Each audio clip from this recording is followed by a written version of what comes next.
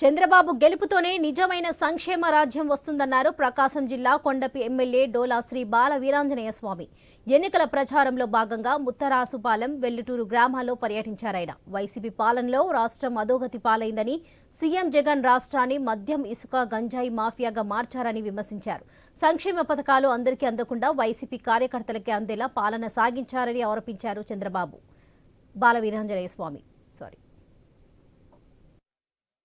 ముందుకు వస్తున్నాం. ఇందులో ప్రధానంగా ఆడబిడ్డల నిధి కింద ప్రతి ఒక్క ఆడపడుచుకి 18 నుంచి 59 సంవత్సరాల మధ్యలో ప్రతి ఒక్క ఆడపడుచుకి ప్రతి నెల 1500 రూపాయలు మీ అకౌంట్ నేరుగా అందజేయబడుతుందని మీకు తెలియజేస్తున్నాం. ఇదే కాకుండా ప్రతి కుటుంబానికి సంవత్సరానికి 3 గ్యాస్ సిలిండర్ అంటే సంవత్సరానికి 3 గ్యాస్ సిలిండర్, 4 నెలలకి ఒక గ్యాస్ సిలిండర్ ఉచితంగా ప్రతి కుటుంబానికి అందజేయబడుతుందని కూడా మీకు తెలియజేస్తున్నాం.